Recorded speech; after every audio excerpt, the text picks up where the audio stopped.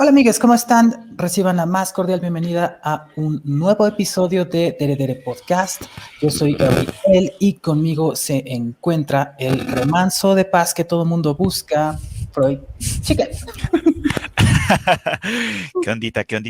Aquí después de una larga pausa que fue completamente mi culpa, los lamento mucho, pero ya estamos. Sí, tuvimos una interrupción,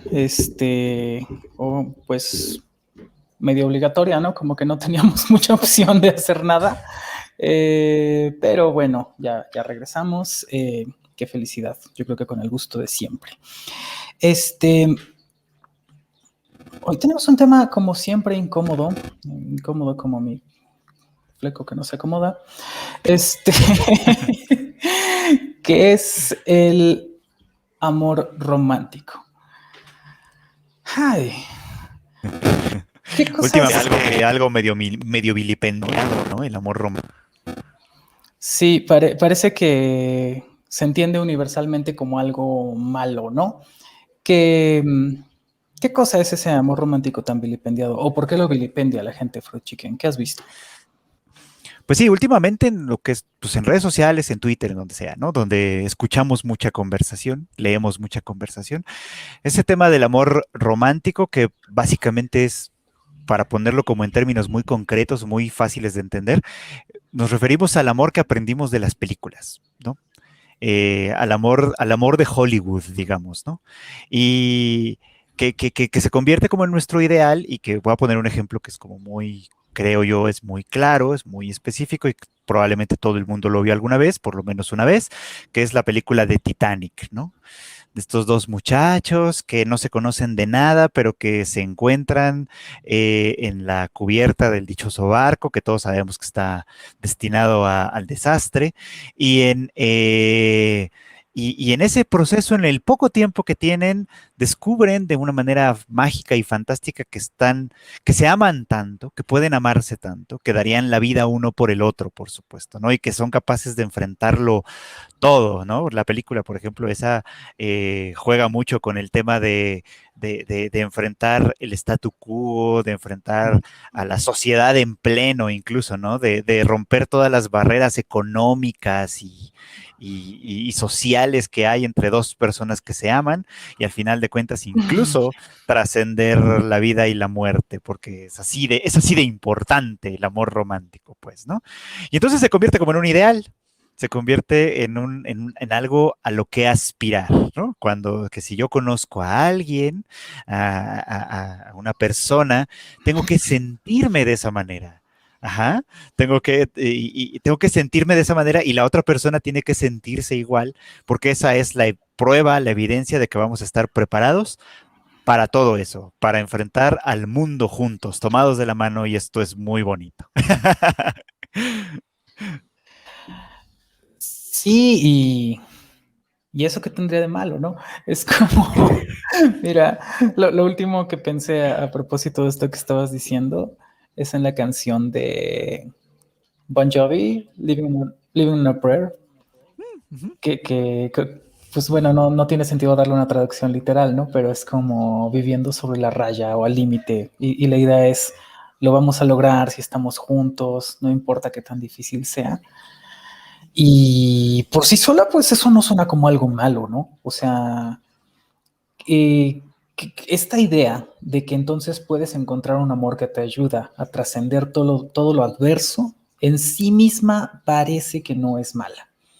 El problema es lo que se pierde de vista, que es una realidad contra la cual pues no todo lo puede el amor nada más así, no así solito. Y respecto a la cual, si compras esta idea, te vas a ir, si compras esta idea de manera muy inocente, te vas a ir desengañando, ¿no? Porque ahorita decías tú, pues creemos en el amor como lo pintaron las películas, esperamos el final de Chick Flick, como tiene que ser. ¿Y qué tendría de malo esperar algo así? Y bueno, otra vez es como la inocencia o la falta de criterio de decir, no, no todo va a ser así tan fácil, porque si bien un factor importante o que le puede dar un condimento, una motivación especial a la vida es un amor de esa intensidad, no va a resolver problemas de otra índole, ni va a evitar que se presenten problemas al interior de la propia relación amorosa presunta, ¿no? Y ahorita decías tú, bueno, parece que es culpa de Hollywood y apenas, apenas volvieron a poner Shrek en Netflix. Entonces, la vi circunstancialmente. Y sucede con Shrek que justo Fiona tiene esta idea del amor romántico que aprendió de las fábulas, ¿no? Que sabe qué es lo que tiene que esperar, sabe cómo se tiene que comportar, sabe cómo se supone que tiene que ser su príncipe, sabe qué le tiene que decir. Hay una parte que me encanta cuando Shrek está jugando como con los monitos que tiene Fiona en su habitación de adolescente y la princesa que tiene de juguete le dice lo mismo que ella le dijo cuando Shrek la rescató, así de tenga este pañuelo, ¿no? Este obsequio por rescatarme, ¿no? Así como llevo toda mi vida esperando por hacer este papel y finalmente llegó esta persona, entonces hago mi acting de todas mis fantasías, hago esta cuestión performativa de todo lo que he fantaseado todo este tiempo y pues ¿por qué? Madres, no va a salir bien, a ver, díganme. ¿Qué tendría de erróneo esperar algo así? Qué bonito símil, pero es que sí, desde ese punto de vista no pensaría tal cual lo dices.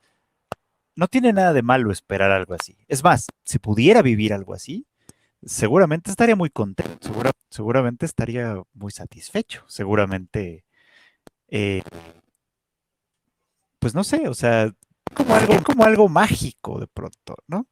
Entonces, ¿qué tiene eso de malo? ¿Qué tendría de malo eso?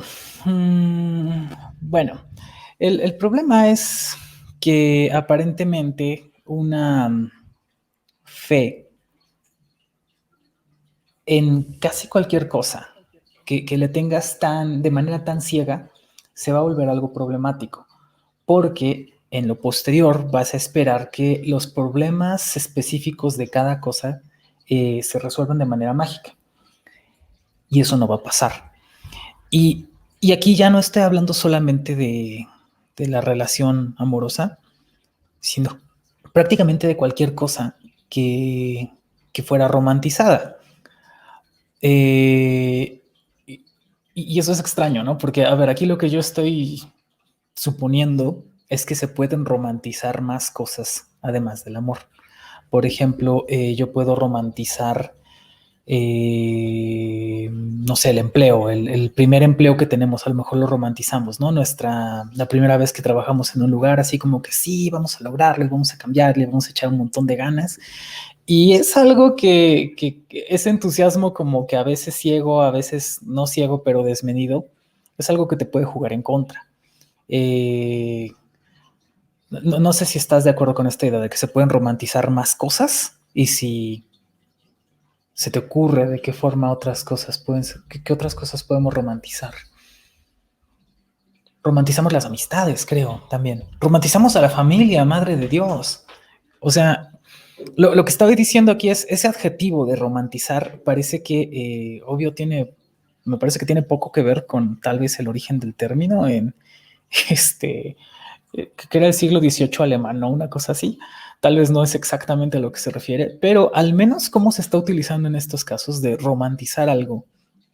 Creo que lo que quiere decir es exacerbar sus cualidades positivas, haciendo que se pierdan de vista las negativas.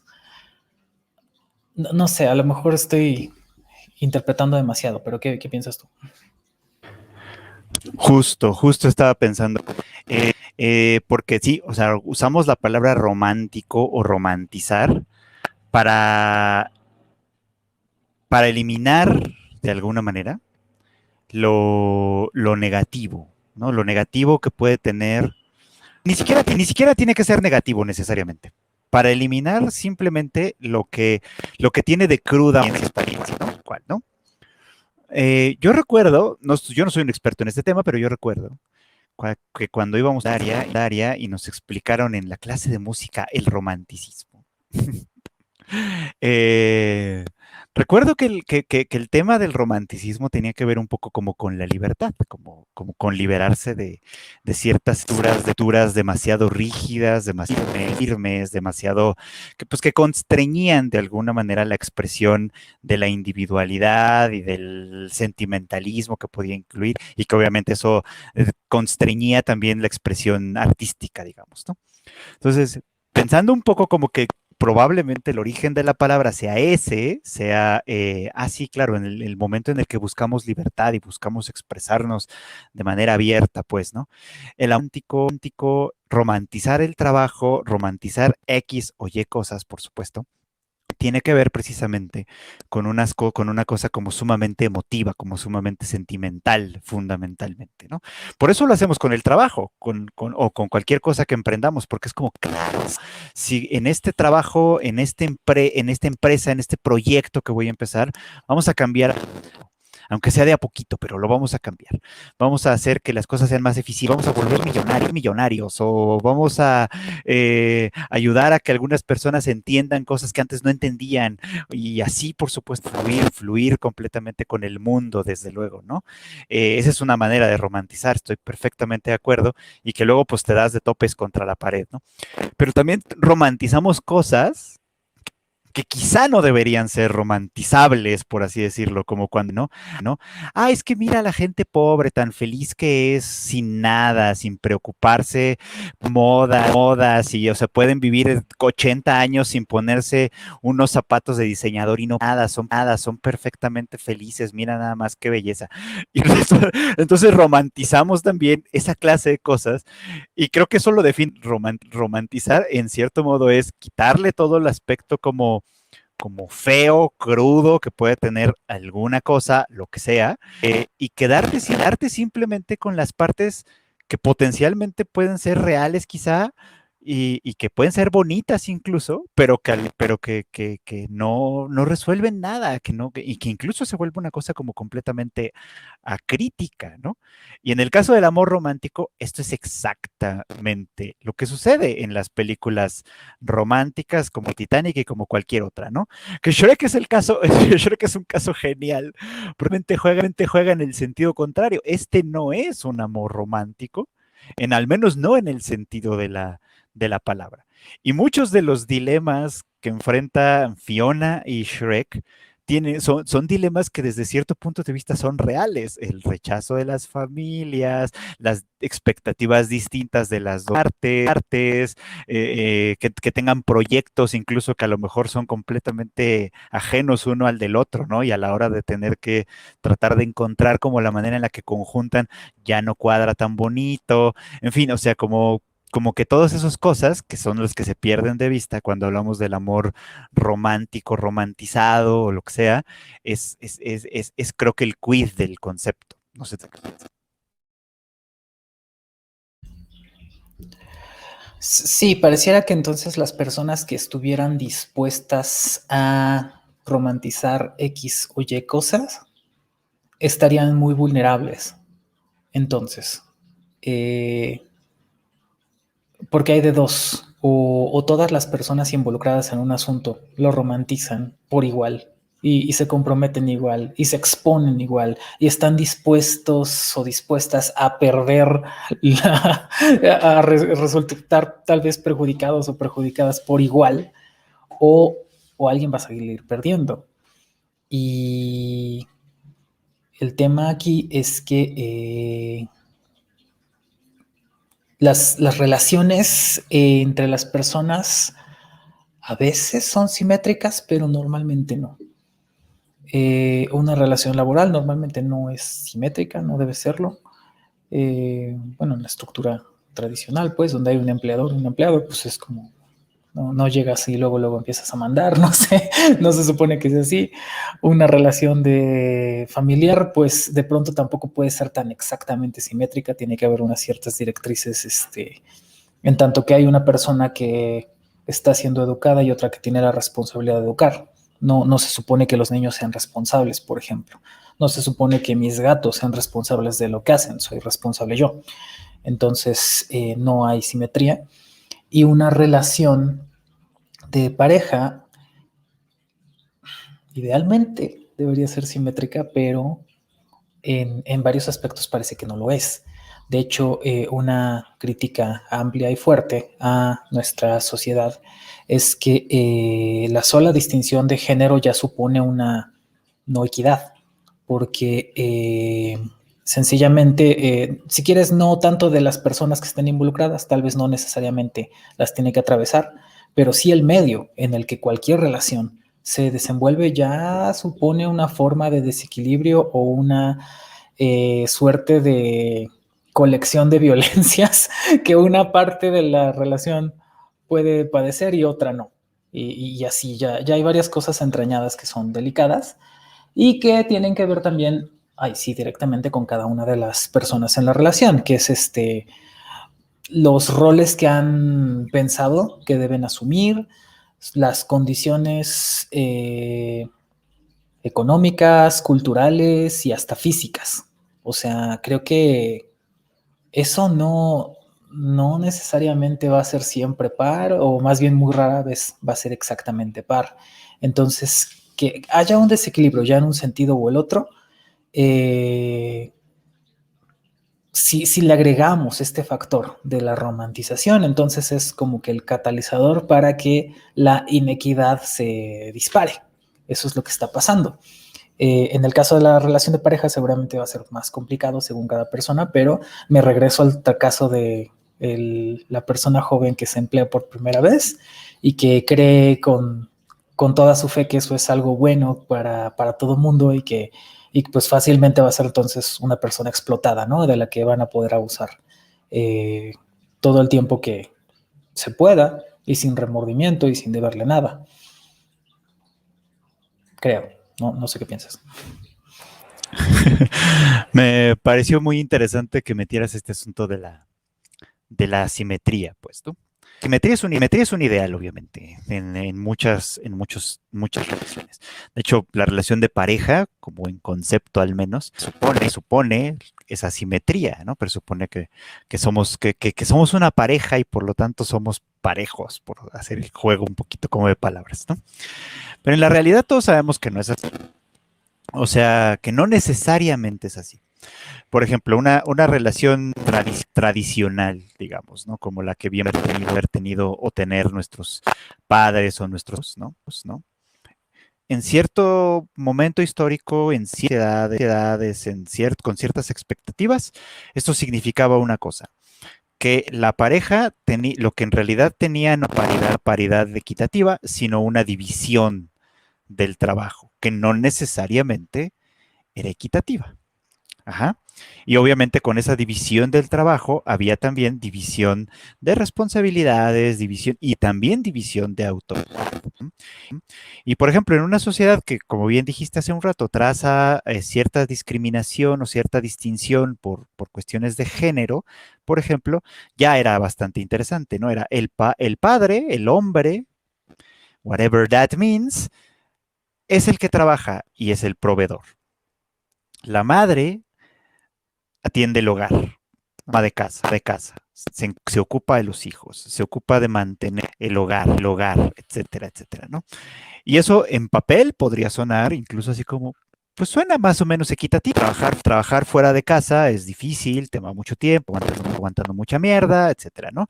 Y trabajar en casa también es bastante pesado, es horrible, lidiar con hijos es complicadísimo, es un trabajo muy duro, sobre todo cuando estás pensando, por ejemplo, en el trabajo físico que implica estar atento a un montón de cosas, qué sé yo, etcétera, y así.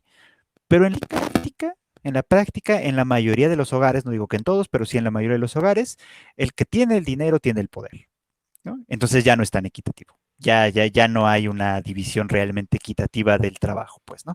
El que trae el dinero a casa puede llegar a casa, quitarse los zapatos y hacer que todos de aventar los zapatos por ahí, ponerse las pantuflas, encender un cigarro, agarrar el periódico y ponerse a leerlo, mientras que su parte sigue trabajando, oye, ¿qué te traigo, no? Te traigo la cena, te preparo un café, te preparo el baño, ¿qué quieres así? Porque pues vienes de afuera y cansado, ¿no? Y yo estuve aquí en casa matándome todo el día también, pero mi trabajo no ha terminado, mi trabajo termina con algo de hasta que me acuesto, ¿no?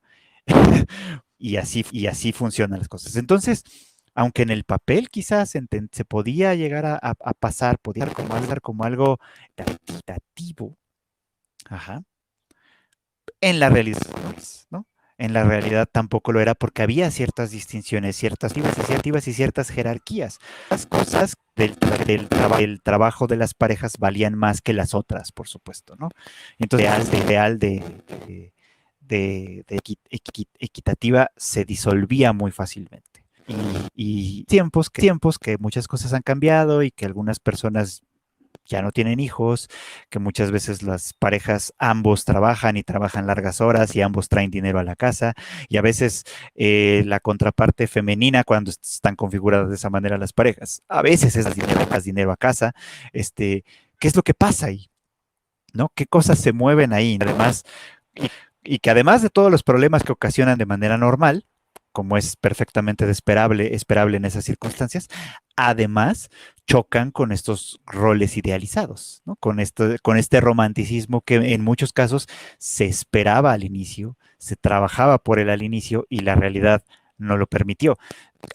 Ahí es donde empieza a generar, bueno, no es donde empieza a generar, pero es donde creo que los problemas que se generan a partir de esa romantización se vuelven muy evidentes. ¿No sé? Sí,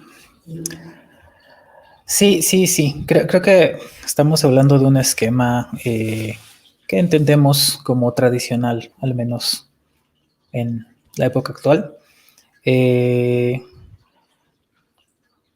y que además está revestido como, decíamos, esta idea de que hay que romantizar la idea de la familia, o sea, porque hay un entramado mucho más amplio, o sea, tiene que ver con quién eres tú como persona, qué papel juegas en la sociedad, en la familia y con respecto a tu pareja, al menos.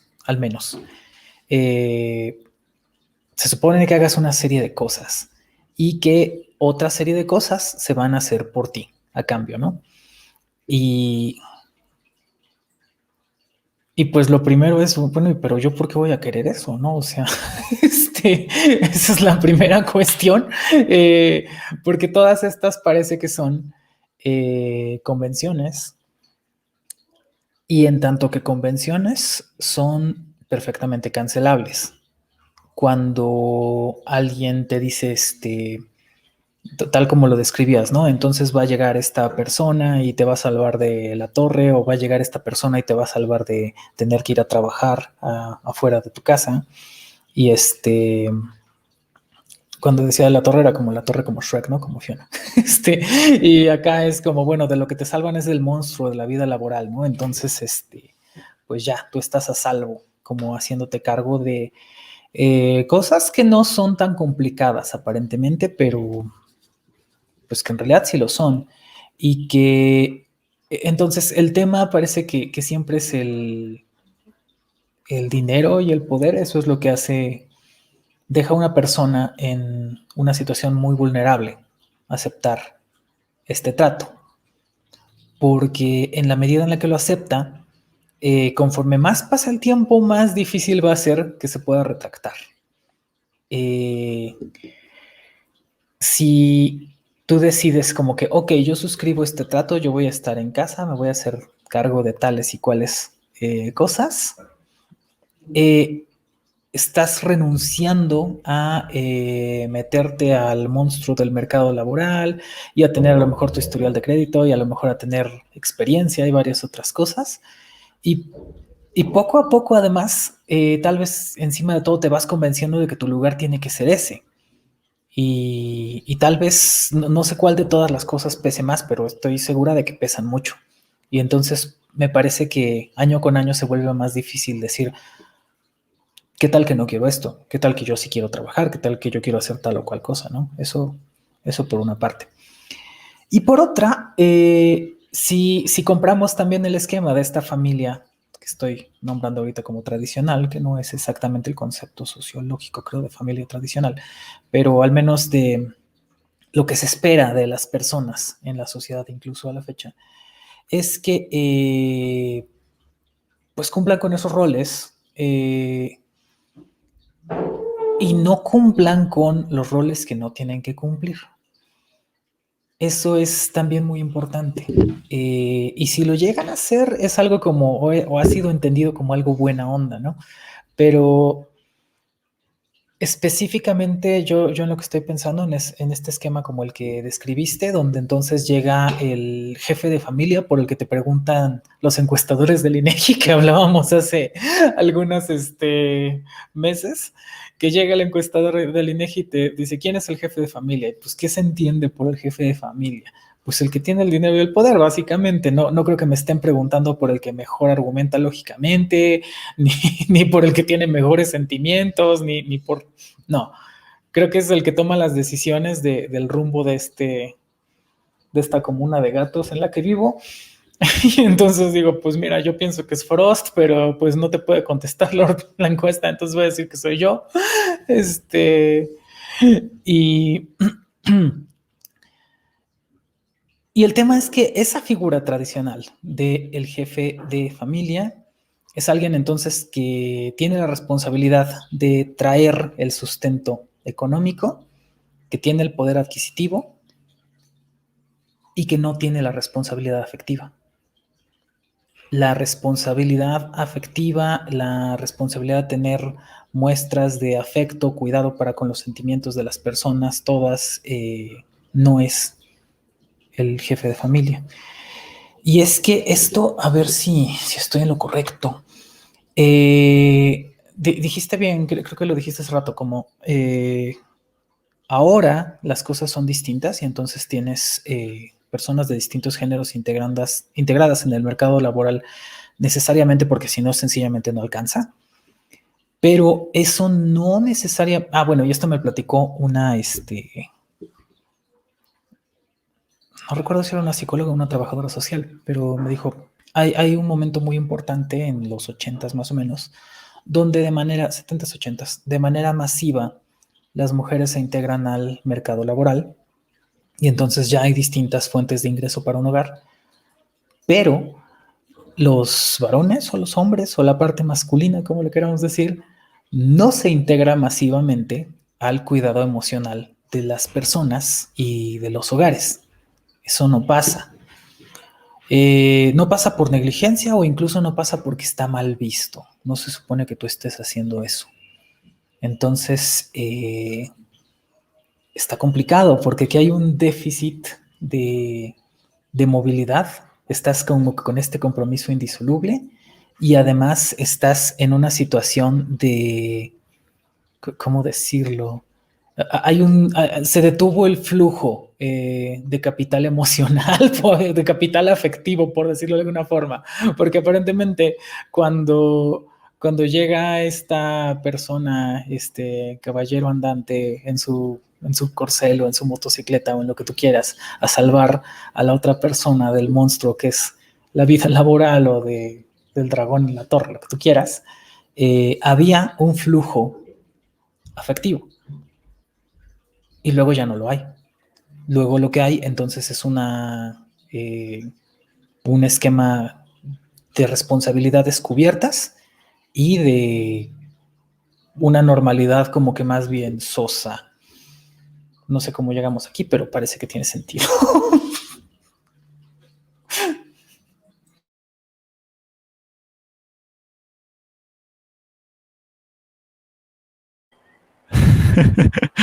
Sí, sí tiene sentido. O sea, partimos, creo yo, de hablar un poquito como del amor romántico y por qué se le considera o se le está vilipendo últimamente, ¿no? Eh, y creo que en parte sucede esto, pues, ¿no? O sea, Algo que funcionaba con el amor romántico, por así decirlo, en esta familia tradicional que estamos imaginando y que estamos conceptualizando un poquito aquí. Algo que funcionaba con el amor romántico era eso, ¿no? O sea, que parte de la pareja, de la familia, se hacía cargo de las responsabilidades afectivas. Y esto venía desde antes, ¿no? O sea, porque una vez que se engancha, digamos, en esta dinámica de el amor lo puede todo, el amor lo soporta todo, el amor lo resiste todo y obviamente lo supera todo eventualmente de alguna manera, ¿no? Se convierte básicamente en una especie como de mandato, en un juramento que tiene que perdurar y persistir por toda la vida, por supuesto. Y entonces estas familias empiezan a así de hombres que se van a trabajar y que son los que traen el dinero y el sustento a la casa, y mujeres que se hacen cargo de la casa, de los hijos, de la educación, de esa clase de cosas, por supuesto, ¿no? Y que ellas además cuidan al marido y hacen todas estas cosas, lo hacen en muchos momentos todavía motivadas por este amor romántico. Ajá, todavía motivadas por este papel que les corresponde de punto de vista y al que tienen que serle fieles, por supuesto, ¿no? Digo, yo he escuchado esto muchas veces, o sea, mujeres que durante mucho tiempo, después de tener situaciones familiares muy complicadas, muy difíciles, etcétera, todavía pueden decir como muy abiertamente, ¿no? Pues, sí, yo amo a mi marido, ¿no? Me ha hecho pasar las de Caín, o hecho infinidad de cosas y le hemos pasado muy mal. Y alguna vez he pensado en separarme, en irme a otra parte, hasta lo hemos externado y todo, pero al final del día no lo hago porque pues el amor, ¿no? El amor lo puede todo. O sea, el amor lo supera todo, desde los maridos y hables afectivamente hasta los que consumen drogas en exceso y básicamente es un desastre de su economía, por supuesto, ¿no? En algún punto todo se tiene que remediar, amor tiene que poderlo todo, ¿no? Y ese es creo que uno de los problemas fundamentales de esa idea, ¿no? Que solo es equivocado e invisibiliza un montón de cosas, que, que perdura, o sea, que una capacidad de mantenerse con vida parece infinita en muchos casos. Parece que resiste toda prueba, pero no en el sentido positivo de decir así, pues enfrentamos obstáculos y los superamos. No, sino que más bien resiste toda prueba de te sigo jodiendo y te voy a seguir jodiendo el resto de mis días. Y tú vas a seguir ahí, ¿no? O sea, en ningún momento vas a poder romper este círculo. Eso es lo que podría ser como muy grave de este amor romántico. Lo malo es que cuando lo piensas desde esa manera, terminas pensando, bueno, y entonces, ¿cuál es la alternativa, no? ¿Qué puedo hacer? ¿Quedarme solo para siempre? Ahí marchitarme solito y dejar que me coman cuando me muera? ¿O qué? ¿Cuál es son mis expectativas, ¿no? ¿Qué puedo hacer al respecto? Ah, pues tener gatos, que otra, vivir con gatos es el amor más puro y auténtico que existe.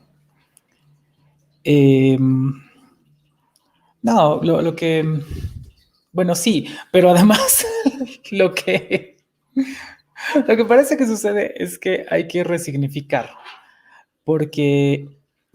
las cosas, porque parecía que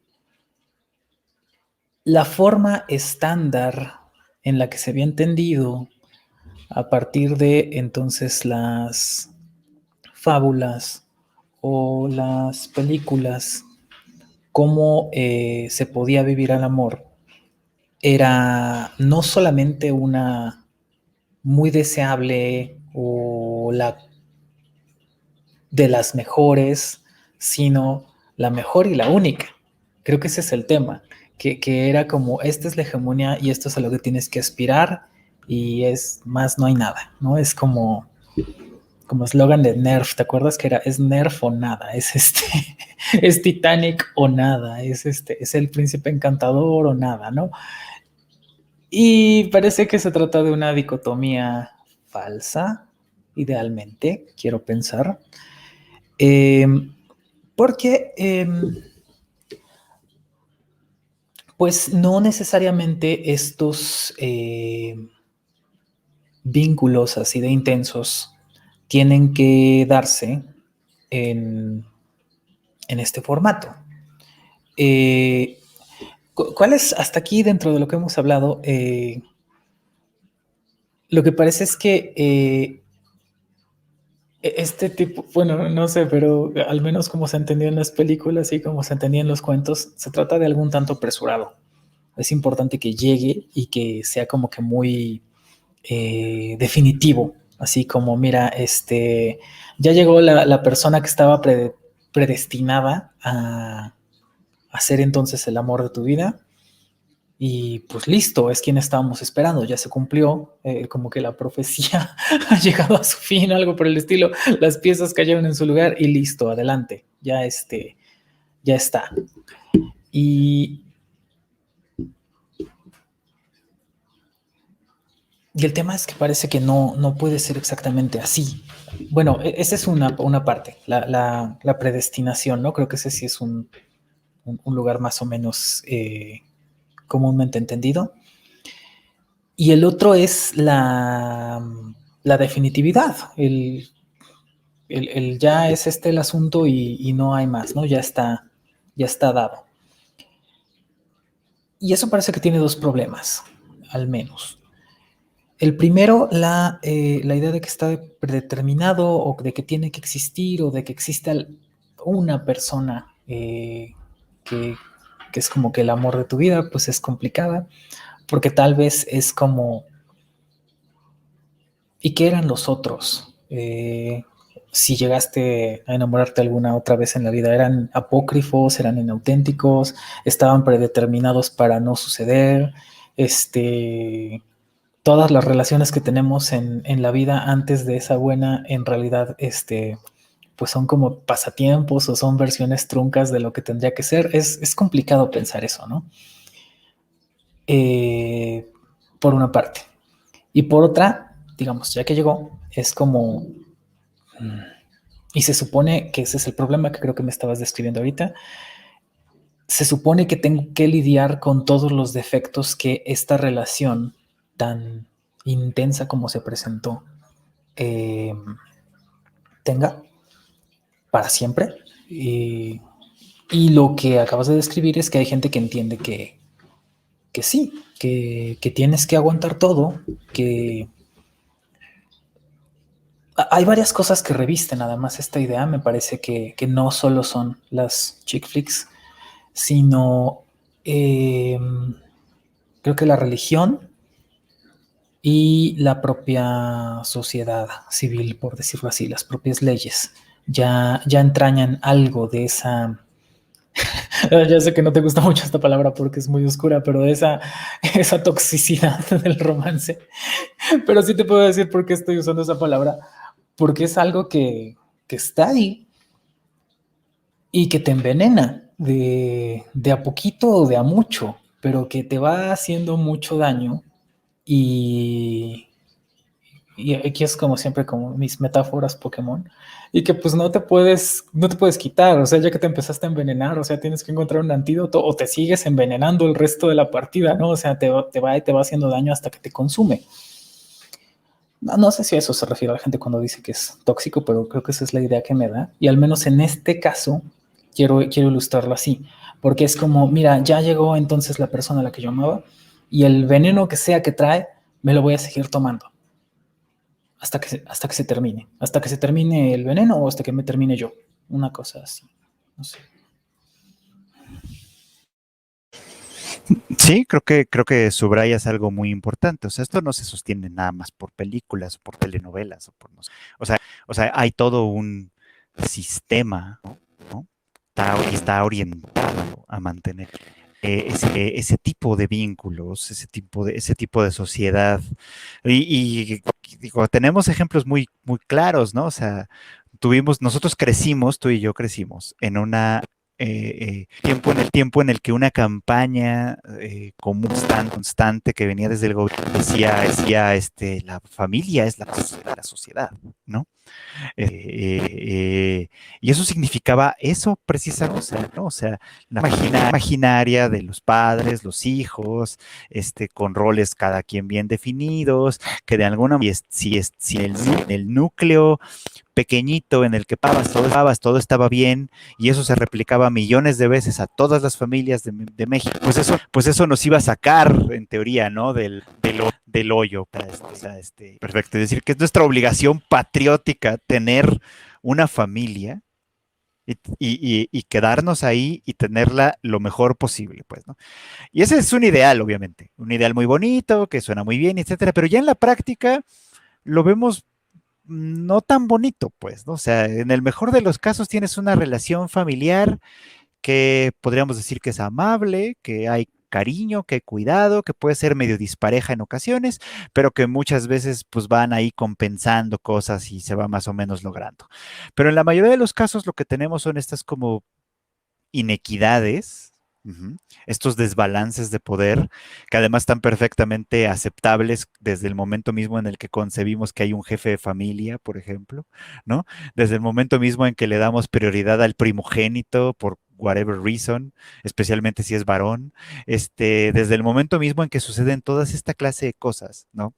Que ya entran en detrimento de aquello, pues, ¿no? Pero que al mismo tiempo funcionan paradójicamente para mantener esa estabilidad anhelada, que de alguna manera es así. O sea, sí se convierte en un tema que va mucho más allá de las películas.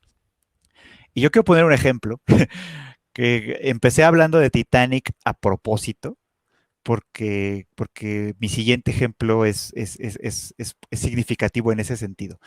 Muchos años después, como 20 años después, no, tal vez no tantos, pero bueno, porle como 15 años después, de Titanic, Leonardo DiCaprio y Winslet, los mismos actores protagonistas, grabaron otra película juntos, que se llamaba, no sé cómo lo pusieron en español, pero se llamaba Revolutionary Road.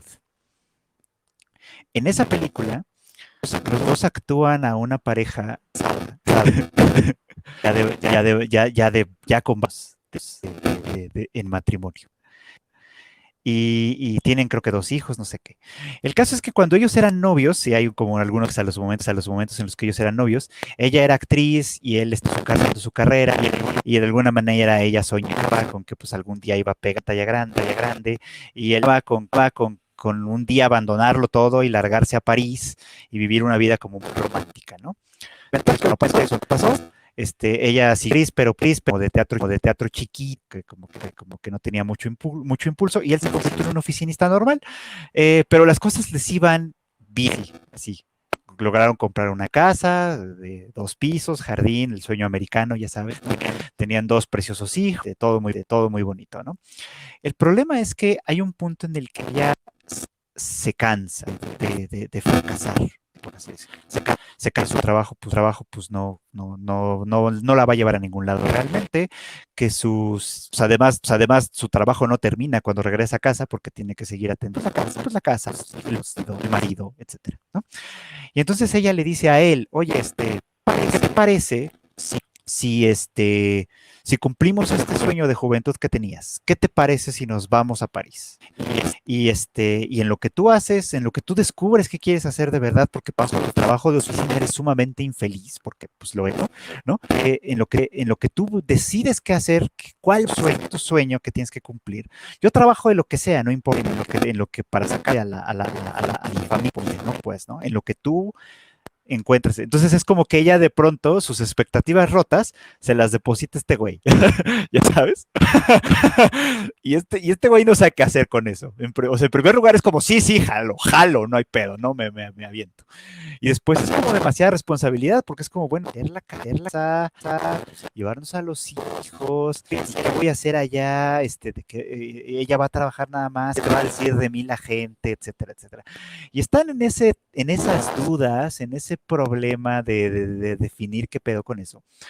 Cuando a él le ofrecen en su trabajo un ascenso muy así, ya sabes. más responsabilidad, más dinero, estabilidad, muchos beneficios, pues, ¿no? Siendo un oficina, pero con más dinero. Entonces le mete muchísima más presión, porque es como, ya me habías dicho que querías cumplir este sueño, que sí querías ir a París. Y el otro es como de, bueno, sí, pero, o sea, velo por este lado, ¿no? El dinero, los hijos, la estabilidad, etcétera, etcétera. Entonces es muy interesante esta película. Digo, usé el ejemplo porque me gusta mucho que existe esta como dualidad con los dos actores. Primero la cosa súper romántica, el chick flick, me por ti y me muero congelado en el pinche mar Atlántico por ti, etcétera, etcétera. La, la, la otra de no, pues mira, la verdad es que sí me da culito dejar todo e irme a París y vivir a ver, tú, ¿sabe qué? ¿No? ¿Qué te parece si mejor nos quedamos y seguimos viviendo infeliz siempre, pero más estables? ¿No? Y es un dilema insoluble, pues, ¿no? Porque los dos de alguna manera van aferrándose, especialmente ella, amor romántico, a revivir este amor romántico, a volverle a echar cego al amor romántico. Y él al principio jala con ella y después ya no. Este problema, nunca encuentran una solución de verdad que los resuelva como tal. Y creo que eso es lo que el amor visibiliza, pues, ¿no? Que la vida en conjunto, que la vida en común, que, que el amor en común, porque además, o sea, sí podría decirse que estos dos se querían mucho, que había amores, pero no era un amor romántico, era un amor que ya estaba atravesado por las responsabilidades, por las expectativas, por las preocupaciones de los hijos, por las cuestiones de propiedades, incluso o sea, el tema de la propiedad de tener una casa es obviamente un asunto importante, ¿no? Es un amor que se está atravesado por muchas otras variables y que son importantes y que en un momento dado se podría cuestionar incluso, ¿por qué es más importante esta estabilidad aburrida y odiosa que el amor romántico, pues, ¿no? El amor romántico tratando de reiniciar, de reencender. Eh, y creo que eso es interesante e importante porque creo que pensándolo desde el punto de vista del romance, es exactamente lo que se pierde de vista. Número uno, que no es lo más importante. O sea, que cuando estableces un vínculo, puede ser importante y puede ser mágico y puede ser muy satisfactorio, pero al final no va a ser lo más importante. Puede ser lo que inicie la chispa, pero no va a ser lo que perdure. O sea, donde te miente el cuento de hadas es cuando es en terminar diciendo, y fueron felices para siempre. ¿Quién sabe? Fueron felices un rato, 6 meses, un año, y después empezaron a estar atravesados por otras cosas que quizá no eliminaron su felicidad del todo, pero ciertamente introdujo nuevos problemas a su vida, ¿no? Ciertamente introdujo nuevas variables que son eso, qué sé yo, y ahí a ver cómo se resuelve. Esa parte ya no nos la cuentan. Pero creo que es donde de alguna manera el amor romántico cae como un poquito como de manera muy significativa, porque resulta que su promesa de ser suficiente, de ser lo que lo puede todo, al final resulta que no lo puede todo. Sí, eso es muy decepcionante. ¿Sabes? Creo que una parte es la expectativa de que entonces el amor lo pueda todo. Y es muy raro porque parece que ahí estamos hablando de una entidad que es como un tercero, ¿no? Bueno, ahora hablamos también de relaciones poliamorosas y cosas más complicadas, pero por fines prácticos vamos a quedarnos en relaciones de pareja, porque el otro creo que sería muy complicado, al menos yo no lo entiendo. Se me hace muy, muy difícil. No digo que esté mal, solo creo que me rebasa por mucho. Seguramente ya soy muy de otra generación, ¿no? Pero parece que estamos hablando de algo tercero que, que pues no está solamente en una persona ni solamente en la otra, sino que tiene que ver con los dos, pero sin embargo es algo que está ahí como ajeno, como que son estas dos personas y su amor, o su historia de amor al menos, ¿no? Y la parte tal vez decepcionante es que eso exista no alcanza. Y ahí regresó. Al principio tal vez hay que tener mucha ingenuidad para pensar que esa disposición de pronto que tú tienes tan arrebatada es suficiente para resolver problemas reales. ¿Es suficiente para resolver problemas reales del mundo exterior? Dudosamente, pero puede ser. Pero definitivamente no es suficiente para resolver problemas intrínsecos a cada persona. Como lo dijiste bien, ¿no? Un problema de adicciones, pues no se va a resolver con amor. ¿No? Al contrario, tal vez hasta empeore, ¿no? Sí, de hecho va a empeorar. Entonces, hay varias cosas de las que hay que estar al tanto. Y esa es una decepción, esa no omnipotencia. Dices tú, ok, no es suficiente. Y por una parte. Y por otra es ese carácter efímero, entonces, que parece que tiene ese momento, entonces, en el que se presenta el amor como con toda su intensidad, ¿no? El desenlace del cuento de hadas, el final de Chick Flick, es el momento clave en el que existe el amor en su máximo esplendor, o en una de esas en su único esplendor. Y de ahí todo entonces tiene que ser decadencia. Y eso es algo muy triste. Eso es algo triste porque parece que todo lo que venga siempre va a ser de menor calidad o de menor intensidad o de menor monta, ¿no? Y en una de esas es así. Si compramos esa premisa como verdadera, pues sí, parece que lo que estoy diciendo es cierto, que las versiones posteriores de la relación de pareja siempre son menos intensas que la primera, ¿no? Y entonces como ¿quién es? Es Kate Winslet. Te tienes que aferrar. Mira, ya llegó el amor en 4 patas. ¡Qué maravilla! Hola. Mira, los gatos saben cómo se les tienen tan alta estima en este programa. Estas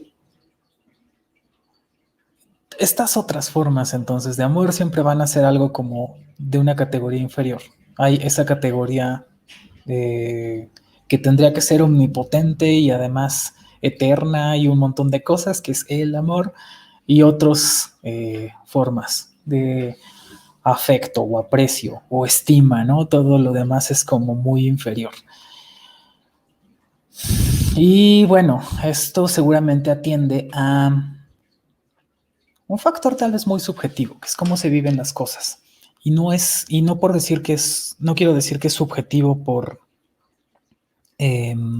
restarle importancia o pensar que es necesariamente trivial, pero sí quiero decir que irremediablemente tiene que ver con la experiencia de cada quien. Entonces, esos grandes momentos de amor, de como de mucha efervescencia, entonces, donde hay luces por todos lados, fuegos pirotécnicos, series de Navidad mínimamente, fuentes brotantes, unicornios, lo que tú quieras, ese es un momento que parece que es muy importante para la gente en un momento específico de su vida, que es algo que tienes que vivir, que es algo que te platican que existe y que lo quieres experimentar. Y además parece que se vive con mayor intensidad en la juventud, tal vez en la juventud, no sé exactamente en qué momento empieza, si es como que en la adolescencia o en la adultez temprana, tal vez es el momento en el que vives con mayor intensidad eso. ¡Újule! Y se vuelve muy triste pensar entonces que conforme te vas volviendo una persona mayor, entonces ya no tienes esa facultad de amar con esa intensidad, que ya no te vas a enamorar con esa pirotecnia y con esa intensidad. Y no sé a qué se deba, no sé si se debe entonces a experiencia o de plano es una facultad que se pierde, la de amar con tanta intensidad. ¿Y qué podría explicarlo? Por eso decía que es una cuestión subjetiva. No sé, las hormonas, me meto a saber. O sea, hay algo que definitivamente tu percepción del mundo cambia conforme estás en el mundo, ¿no? Creo que casi nadie está en desacuerdo con esto, ¿no? Cuando eres niño, los días son eternos y las vacaciones de verano son eternas.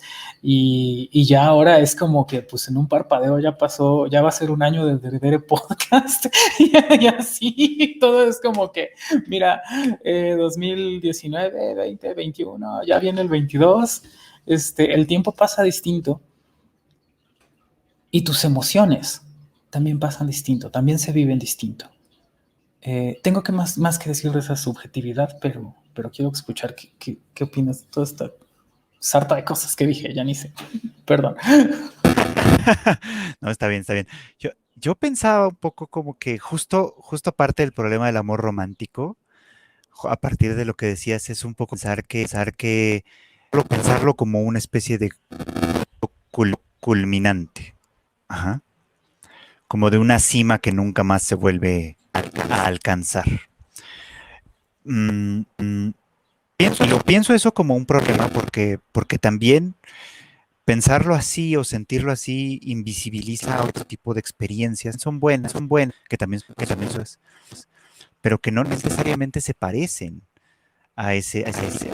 O sea, un vínculo que va a largo plazo, que se extiende por un largo plazo, experimenta muchas transformaciones. Si somos jóvenes, como tú dices, es que es probable que esto haya iniciado como muy hormonal, ya sabes, muy romántico, todo, muy así. Digo, no de balde, la mayoría de las historias que pues, románticamente suelen involucrar gente que tiene mucho ímpetu, mucha energía, mucha alegría, muchas cosas bonitas. Pues. Y ya hasta ahí queda. No creo, por ejemplo, que sea patrimonio exclusivo de la juventud.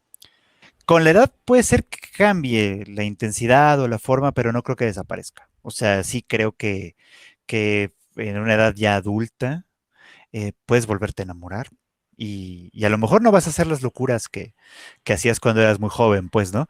Pero, pero de que puedes sentir ilusión, emoción, hasta un estallido de hormonas que probablemente va a ser menor que cuando tienes 16, pero que de todos modos eh, está ahí y se percibe, por supuesto. O sea, es posible luego. O sea, creo que eso no deja de existir o puede no dejar de existir a menos que uno se vuelva muy cínico, quizá. Pero además, lo que yo quisiera decir, no está mal, creo yo, sentir tipo de cosas por otra persona. No creo que sea algo negativo en sí mismo.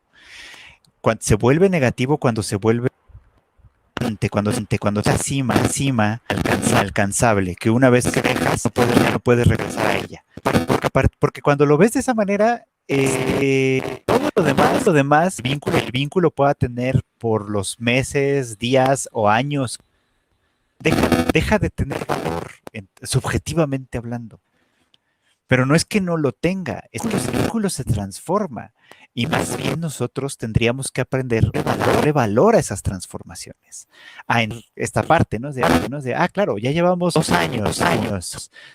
Tal vez ya no vamos a sentir el puta así de quítame la ropa ahorita, ¿no? O sea, tal vez ya no. Pero vamos a encontrar en otras cosas.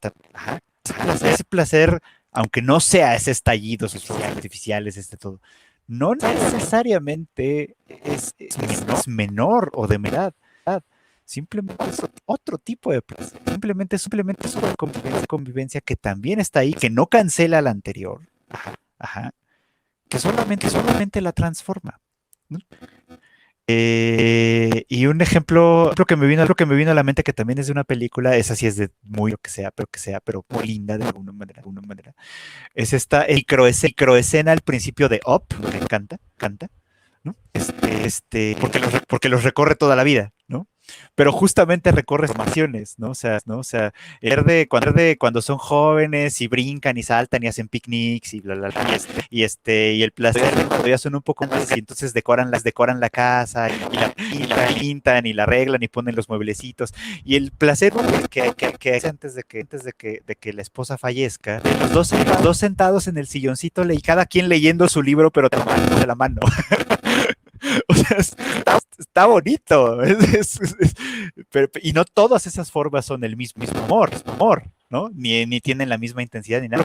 Solo que, bueno, obviamente la película tramposa me senta toda en 3 minutos y entonces todo tiene la misma intensidad a nuestros ojos. Pero objetivamente, en realidad está dando una transformación con el tiempo, ¿no? Y un poco como lo que hay que darle valor. Que un vínculo que va avanzando, este, va a transformarse mente. Y que en esas transformaciones puede haber cosas valiosas que lo hagan, que hagan que valga continuarlo, ¿no? ¿No? Y así como el amor romántico puede convertirse en una doble filo que nos una mucho, pero se pare porque ya no podemos volver a él, también nos hace ciegos, si queremos conservarlo, a la violencia, ¿no? A la violencia de toda índole, psicológica, física, económica, etcétera, que se puede gestar, que también ya lo discutimos hace un ratito.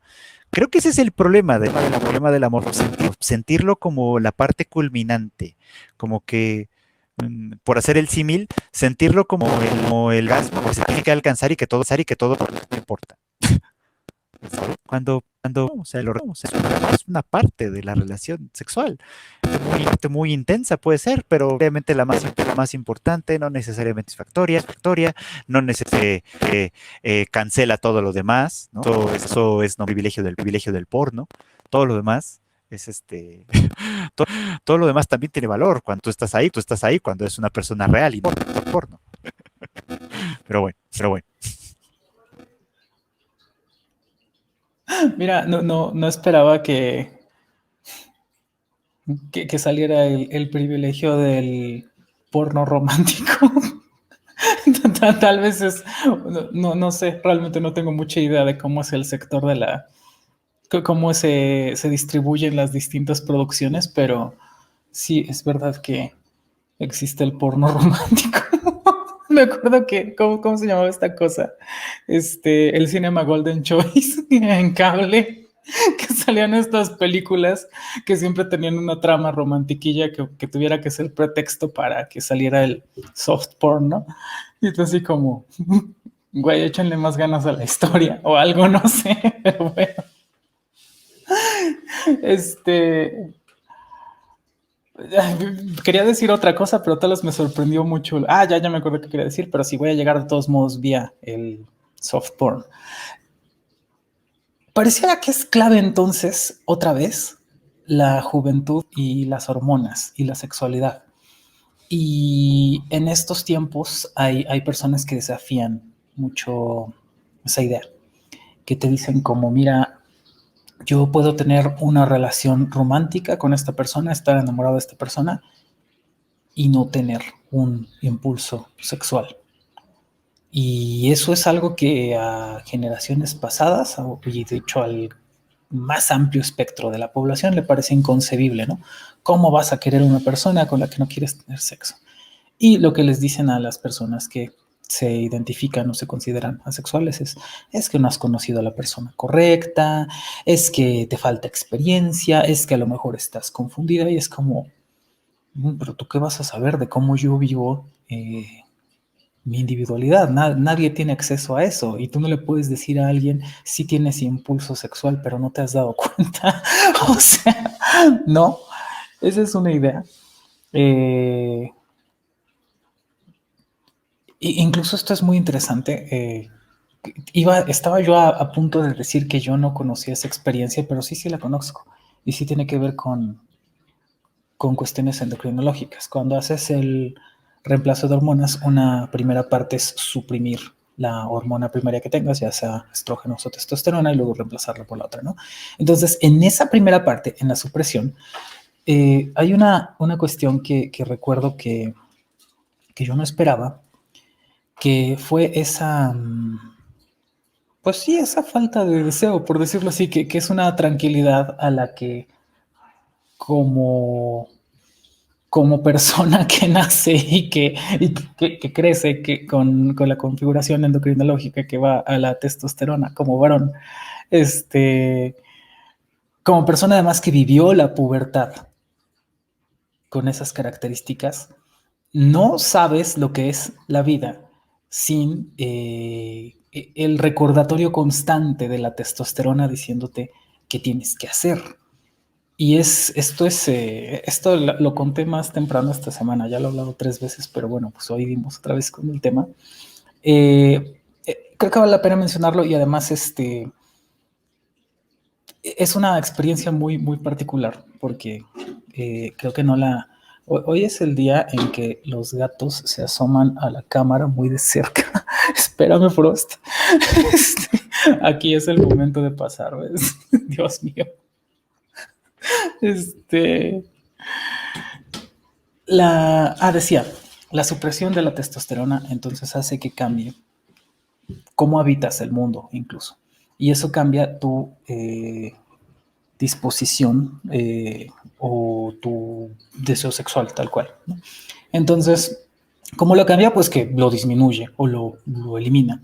Entonces, un día, yo me acuerdo muy bien de ese día, así como que abrir los ojos, les digo, ver el sol que se filtra por las persianas, ver a mis gatos durmiendo junto a mí, estirarme, respirar profundo, escuchar una canción y no tener entonces el recordatorio constante de una erección matutina ahí diciéndote, oye, tienes que ir y preñar algo, tienes que cazar, tienes que robarte unas vacas, tienes que conquistar un territorio, no sé. Es una tranquilidad tremenda. Yo así como que, esto me gusta mucho. Frost, por favor, esto es algo que se puede disfrutar mucho. Y si hablas de gente que tiene distintos, como es el caso, distintos perfiles endocrinológicos, que tiene distintas formas de vivirse independientemente de sus hormonas y demás, dices, pues bueno, no, la sexualidad no necesariamente es obligatoria para hablar de amor o de romance. Esa es una parte.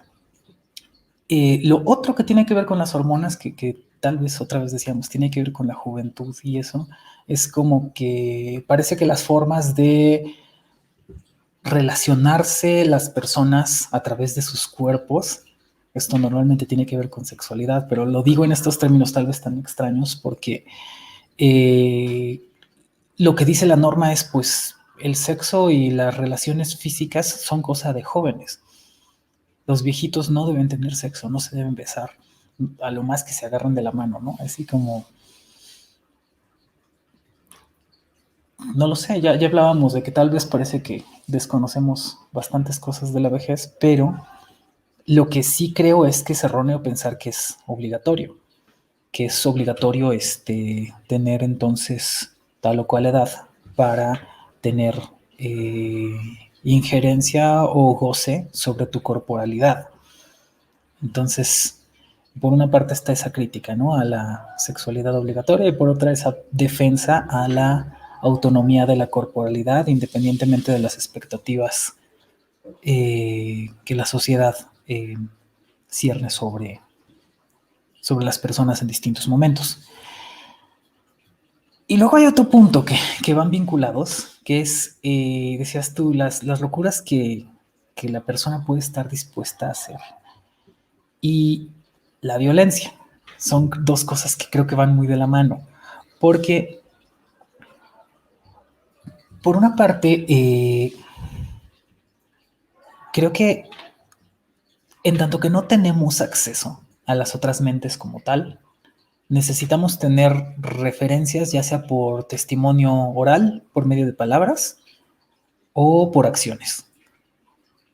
Y si no vemos claro, entonces, que haya una persona que supuestamente con la que sostenemos un vínculo afectivo y no vemos que esta persona esté dispuesta a aventarse de un barco como Violet Evergarden para encontrarnos en la orilla del mar, a correr como loco, bajando la montaña, hacer algo aunque sea. Es difícil. O sea, yo creo que defendería esa parte de... mira, eso supongo que también tiene que ver con cómo me vivo ahora, endocrinológicamente hablando, pero hay cosas que yo antes no entendía. Bueno, hay muchísimas cosas que yo no entiendo, ¿verdad? Pero hay un subconjunto de cosas que antes no entendía y que ahora entiendo, que tienen que ver con cómo tienes cuidado de las emociones de la otra persona con la que tienes un vínculo amoroso. y tienes que estar al tanto. Normalmente esto es una generalización, por supuesto, y como todas las generalizaciones, pues tiene un margen de error amplio, pero quiero describir un fenómeno más o menos usual, que es que, otra vez como varón, socialmente hablando, como hombre, tienes una idea más o menos clara de que con qué tienes que cumplir, y tienes una idea muy difusa de dónde a dónde va tu responsabilidad afectiva, o nula. Así como, mira, no estoy golpeando a mi esposa, no la estoy engañando, estoy cumpliendo con el mandado, ya la hice. Soy el jefe de familia perfecto. Y en consecuencia hay poco cuidado de cómo se sienten las otras personas, de cómo se siente tu propia esposa, tus hijos, la gente a tu alrededor. Porque eso no es algo que tengas que hacer otra vez.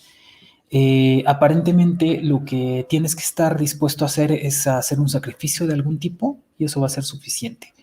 Y el punto es que no, que yo no creo que sea erróneo esperar de una persona con quien tienes un vínculo afectivo que te lo quiera mínimamente decir, mostrar y que esté dispuesta a hacer cosas por ti, que es algo observable.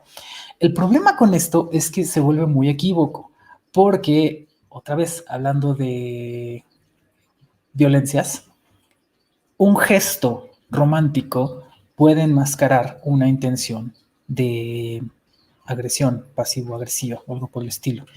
Y eso es, pues eso es terrible. Eso juega muy en contra del amor romántico, porque entonces lo que puedes tener es gente manipuladora que diga, mira, sí, yo voy a hacer todo este show, ¿no? Donde voy a hacer este acto heroico por ti, y en consecuencia tú vas a tener que aguantar todas las cosas negativas que vengan en lo posterior. Y, y no me parece que yo acabe de describir algo inusual. Creo que es algo que se puede presentar más o menos fácil. Perdón por decir tantas cosas, pero a ver, ¿qué piensas de todo esto? Eso, o sea, sí estoy de acuerdo con que o sea, el otro problema del amor romántico, digamos, es justo ¿no? El que sirve para enmascarar conductas, violencias, intenciones que no son para nada románticas ni que tienen que ver nada con el cuidado, ¿no? Con el cuidado de otro. O sea, el amor romántico, por decirlo en cierto modo, no es per se un problema. El problema es cuando uno, creo yo, ocupa un primer lugar en la jerarquía de la relación. Si está y si no está, todo le vale madre, no importa. Otro tema es básicamente sí, que invisibiliza otro tipo de problemas, otro tipo de cuestiones, ¿no? O al menos tiende a invisibilizarlas. Ajá. Y en ese sentido, o sea, hablaba un poco como en términos de problemas que surgen natural en una pareja que tiempo, pero tú estás hablando de algo más. Disimulas máscara, tensiones que pueden ser conscientes o inconscientes, que puedan venir de una o las dos partes, sean nada amorosas, que no sean nada responsables, que no tengan absolutamente nada que ver con eso, que más bien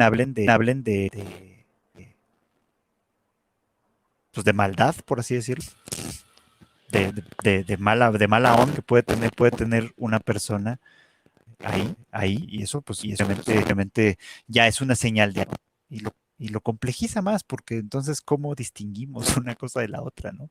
Vemos el límite, dónde estemos, como herencia, cómo le hacemos para darnos a nosotros mismos este asunto. Sí, creo que eso sí, creo que es muy complicado.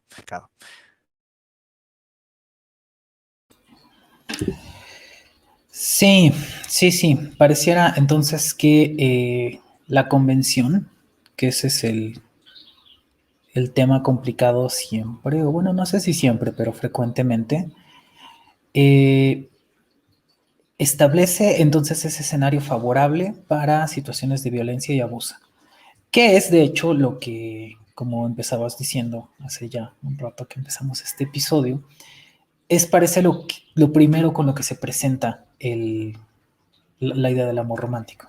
Y de hecho sí, ¿no? Es como que varios lugares comunes, como que ya tratamos hoy, ¿no? Como la idea de la predestinación, la exclusividad, incluso la permanencia eterna, son cosas ya que se pueden volver nocivas,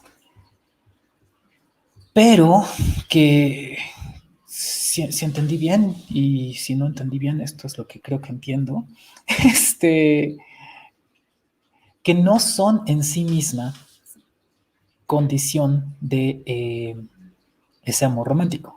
Al menos entendido como ese amor que dice como, para empezar, que es muy intenso, que es muy franco. Creo que esas son características que no, pues no tienen por qué ser nocivas, que es como la intensidad con la que amas a una persona, que sea mucha, no tiene que ser algo malo.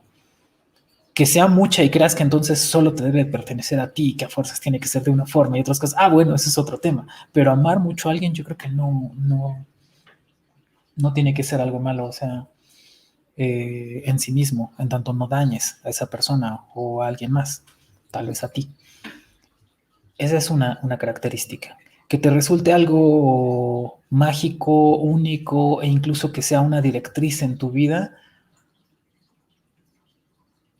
pues tampoco parece que sea algo que tiene que ser malo en sí mismo. De hecho, eso es algo que es deseable, ¿no? O sea, sobre todo si estás hablando de un proyecto de una relación de pareja a largo plazo o de una familia, por ejemplo, o de un proyecto que dure lo que tenga que durar, pero en el que digas, la persona está comprometida al 100% del inicio al final, pues eso no es algo malo en sí mismo, creo. Que sea muy intenso, que exista el compromiso, no parece que sea algo malo en sí mismo.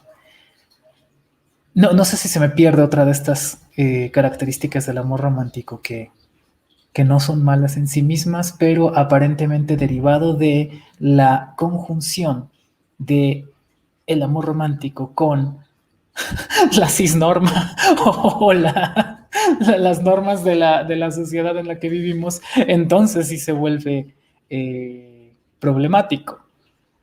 Perdón que saca la palabra la cisnorma, pero es la forma más económica que tengo de decir lo que se supone que tienes que ser tú para contigo y para con los otros.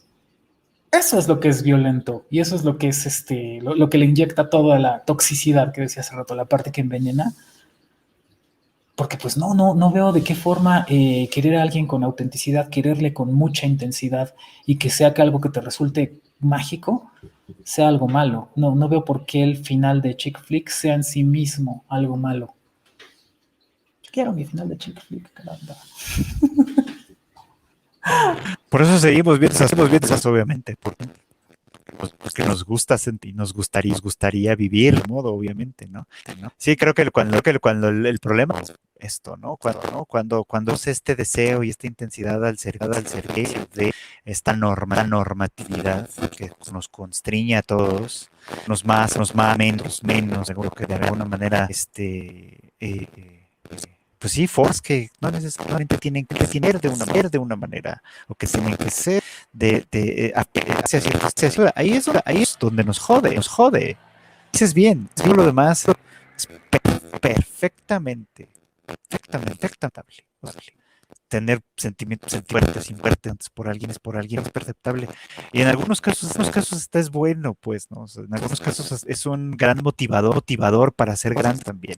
Por uno mismo y persona, pues. O sea, pero es cuando funciona. Es esta clase de cosas que es una herramienta que quizá no estemos a nuestra disposición. Y podemos usarla bien o usarla mal.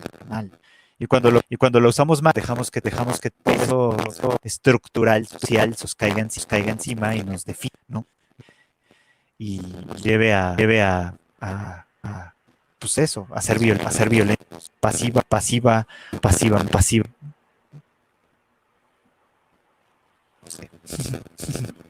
¿Dijiste pasivo-agresivamente? Pasiva o no tan pasivamente. Ah, sí, sí, sí. Sí, No, eso. porque a veces la violencia no es nada pasiva. No. Claro, claro. Caray, entonces creo que si podemos ir llegando a las conclusiones, tal vez me gusta esta conclusión. Mira, el amor romántico no es malo en sí mismo. El problema es esto le va a encantar a mis amics anti-cisnorma. Pues el problema es todas las expectativas que se tienen sobre cómo se supone que debe ser la gente. Eso es lo que es tóxico siempre, lo que envenena, lo que es nocivo. Y, y ya, si tienen la oportunidad entonces bueno, tal vez el problema también es como que la prudencia, creo que eso es lo que hay que aprender. Es decir, está bien entonces enamorarse muy intensamente, tener mucho compromiso con ese enamoramiento, entregarse a esa magia, pero hay que saber escoger la situación, no aventarse este, al primer Leonardo DiCaprio que parece que, al primero que de hecho parece que da la pinta de que puede ser, sino que hay que saber medir cuando alguien, pues de hecho es alguien en quien podemos confiar para ponernos en esa circunstancia tal vez tan vulnerable, donde le atribuimos tanta confianza, donde le entregamos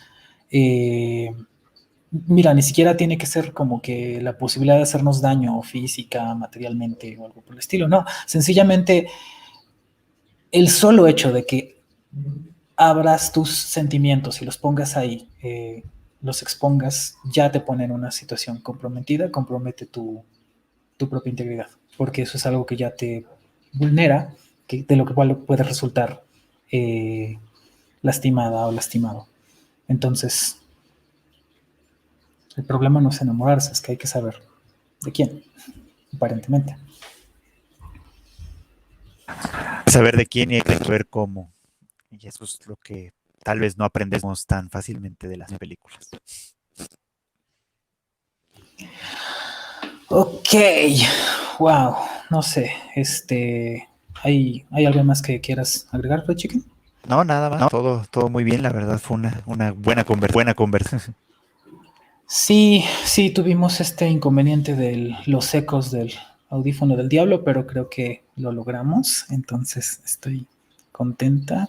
También estoy contenta de no haberme puesto a llorar en este episodio, eso me hace muy feliz. Creo que todas estas veces que he visto Violet Evergarden y que lloré mucho en la semana me ayudaron, lo agradezco mucho.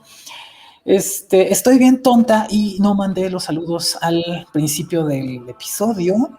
Este episodio va con saludos especiales para René Valentina hasta Querétaro, un lugar silvestre, creo que es Querétaro, ¿sí? Y para Mariela, que siempre escucha el podcast también. Entonces, muchas gracias a Valentina y a Mariela. Muchas gracias, muchas gracias.